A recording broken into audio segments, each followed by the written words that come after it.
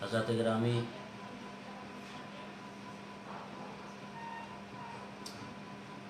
السلام علیکم ورحمۃ اللہ تعالیٰ وبرکاتہ۔ نحمدہ و نصلی علی رسولہ الکریم، اما بعد، فاعوذ باللہ من الشیطان الرجیم، بسم اللہ الرحمن الرحیم۔ وَعَمَّا بِنِعْمَةِ رَبِّكَ فَحَدِّثْ، صدق اللہ العظیم۔ حضرات گرامی، آج میں بس تھوڑی دیر کے لیے 5 یا 6 منٹ کے لیے آپ کی بارگاہ میں حاضر آیا، اور آنے کا سبب یہ ہے کہ آج ہم سب مومنوں کی ماں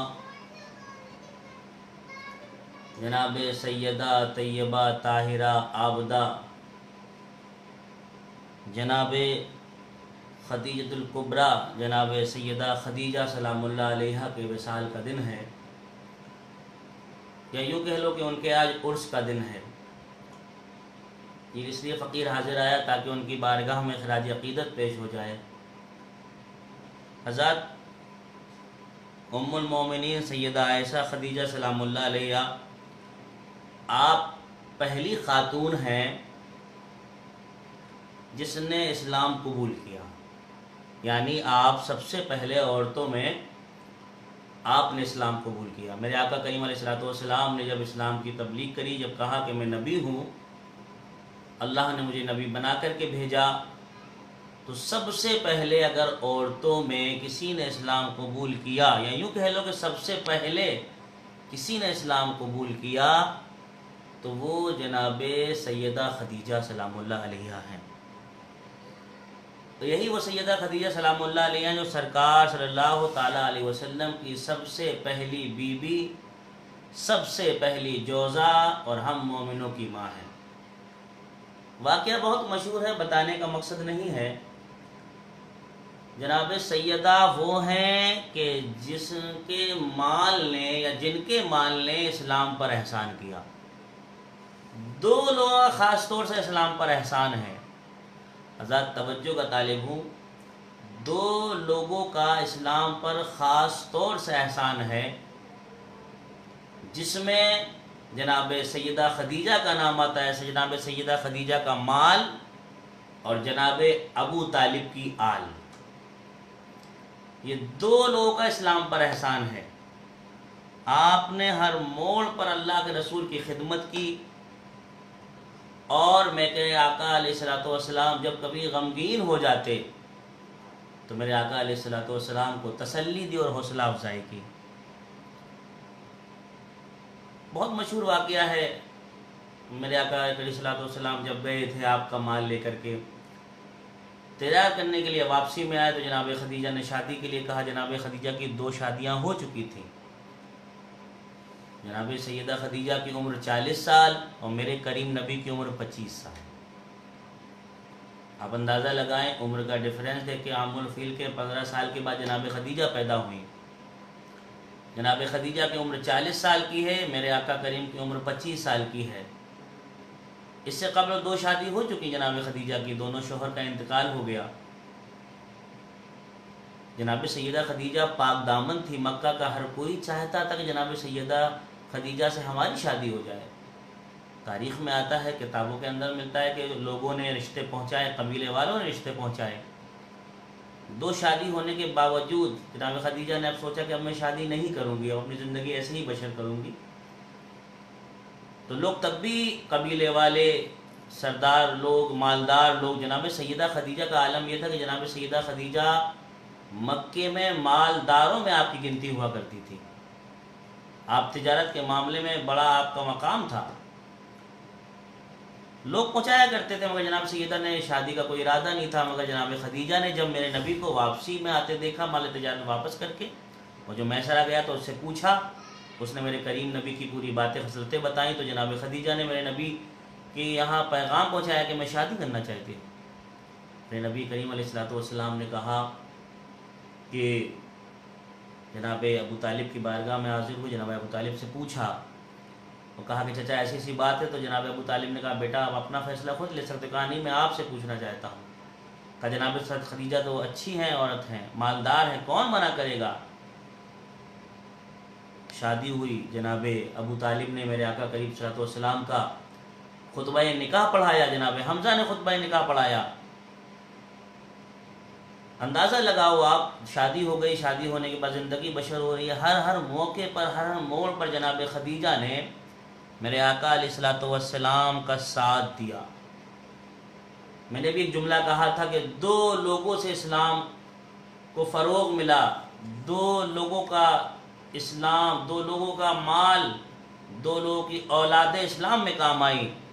صف اول پر جناب خدیجہ الکبریٰ کا مال کی بات کریں، میرے آقا کریم علیہ الصلوۃ والسلام ایک دن مکہ میں کہیں نکل گئے، گھومتے گھومتے کہیں وادیوں کی طرف، تو دیکھا کہ ایک قافلہ ہے جو پڑاؤ ڈالے ہوئے ہے، حالت بہت خستہ ہے، کھانے پینے کو نہیں ہے۔ واپس آئے، چادر اوڑھ کر کے سو گئے۔ جب آقا کریم علیہ الصلوۃ والسلام چادر اوڑھ کر کے سو گئے، لیٹ گئے، تو جناب خدیجہ نے دیکھا، چادر ہٹائی، پوچھا کیا بات ہے، چہرہ کیوں اترا ہوا ہے؟ تو میرے نبی علیہ الصلوۃ والسلام نے فرمایا کہ خدیجہ میں گیا تھا مکہ سے باہر، تو دیکھا ایک قافلہ ہے، کھانے پینے میں کچھ نہیں ہے، بہت پریشان حال ہے۔ جناب خدیجہ نے میرے سرکار کا چہرہ دیکھا، اللہ اکبر، چہرہ دیکھنے کے بعد کہا رک جائیں، اور جا کر کے مکہ کے کچھ سرداروں کے نام بتائے، جا کر کے ان کو بلا لائیں۔ میرے آقا کریم علیہ الصلوۃ والسلام جب تک بلانے کے لیے گئے، حضرت خدیجہ نے مال غنیمت کا ڈھیر لگا دیا، اتنا مال اکٹھا کر لیا کہ مطلب ایک ڈھیر لگ گیا۔ جب میرے سرکار واپس آئے تو دیکھا مال کا ڈھیر ہے، اللہ اکبر۔ میرے سرکار کے چہرے پہ ذرا سا غمگین دیکھا، میرے سرکار کے چہرے کو ذرا سا مرجھا دیکھا، برداشت نہ ہوا، کہا گواہ ہو جائیں میں نے یہ سارا مال کا مالک میں نے اپنے شوہر سرکار صلی اللہ تعالیٰ علیہ وسلم کو بنایا۔ میرے آقا کریم علیہ الصلوۃ والسلام نے مال لیا اور غریبوں میں بانٹ دیا۔ ایک روایت اور ملتی ہے، جب شادی ہوئی، جناب خدیجہ سلام اللہ علیہ کی شادی ہوئی، تو میرے آقا کی بارگاہ میں حاضر ہوں، یا رسول اللہ میرا جو مال ہے وہ آپ کا ہے۔ ڈھیر لگتا گیا، یہاں تک کہ اتنا ڈھیر لگ گیا نہ سرکار دکھائی دیتے ہیں نہ خدیجہ دکھائی دیتی ہے۔ ایک جانب سرکار کھڑے ہیں اور دوسری جانب جناب خدیجہ کھڑی ہے، بیچ میں مال ہے۔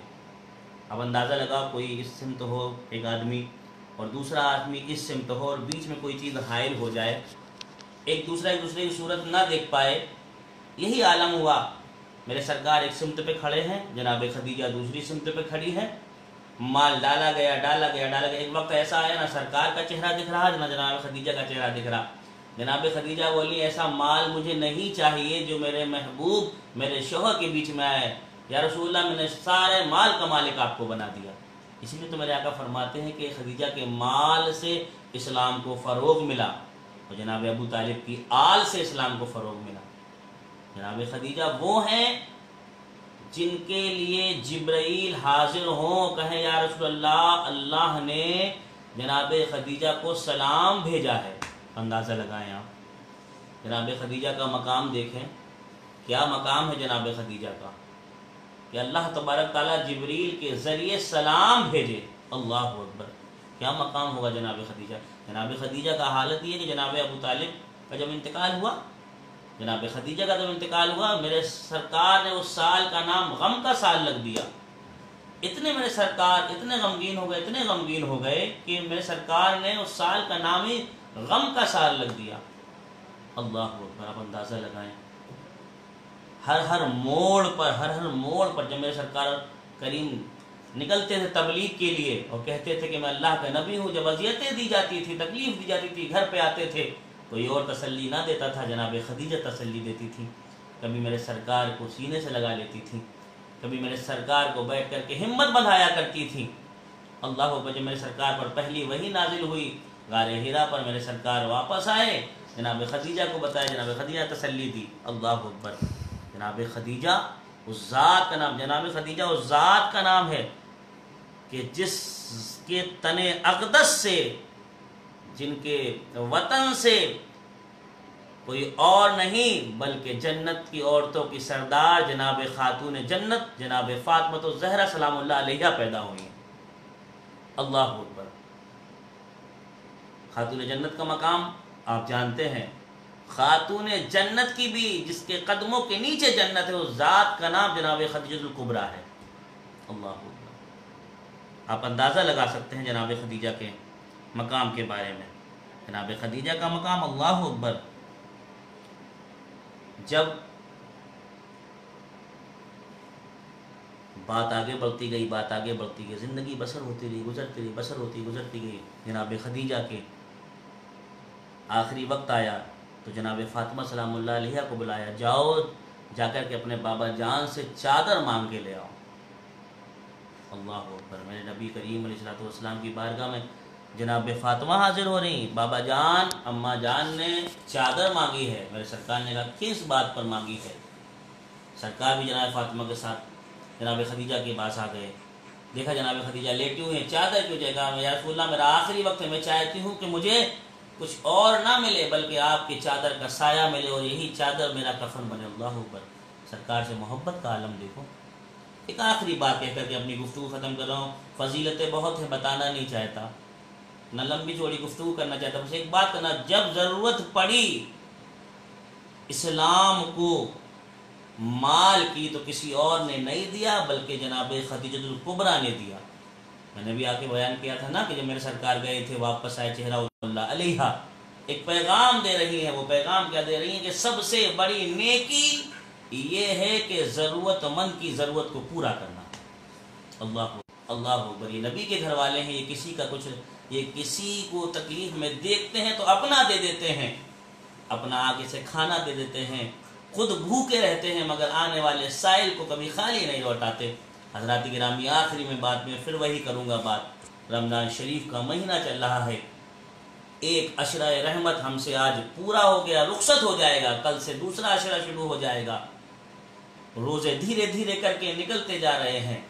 مسلمان بھائیوں، خدا کے واسطے تلاش کرو، آپ کے محلے میں کوئی ایسا نہ ہو کہ جو بغیر سحری کا روزہ رکھ رہا ہو۔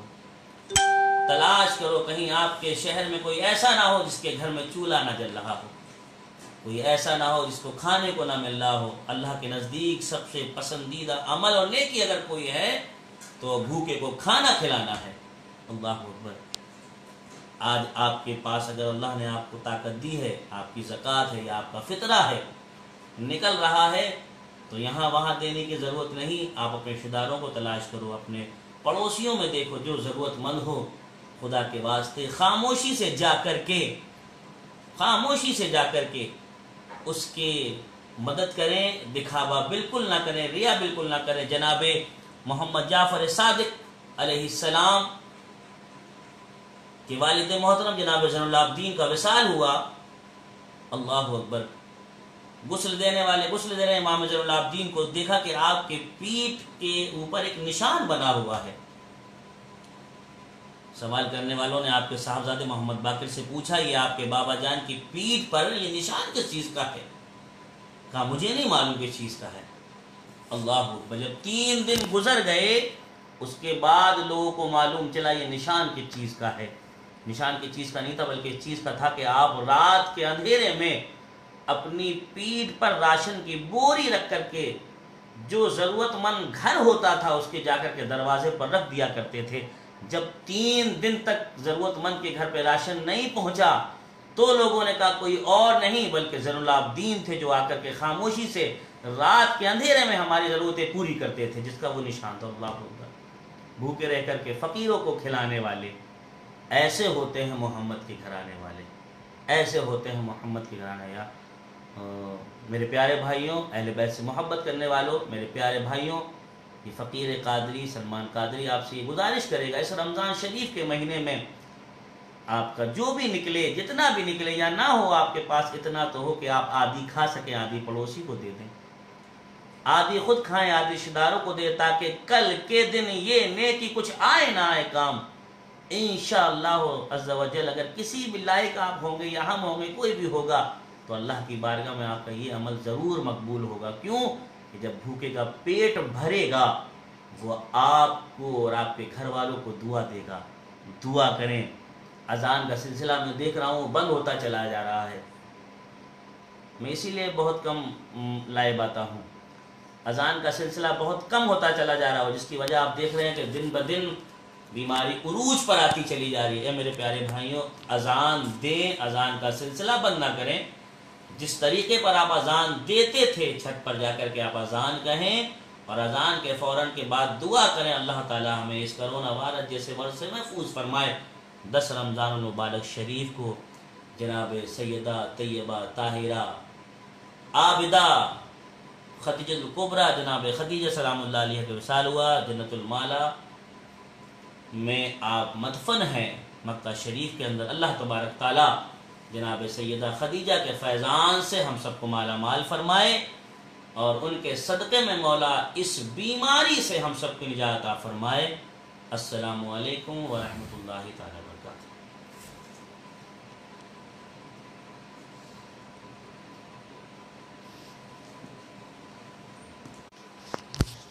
لوگ دیکھ رہے تھے۔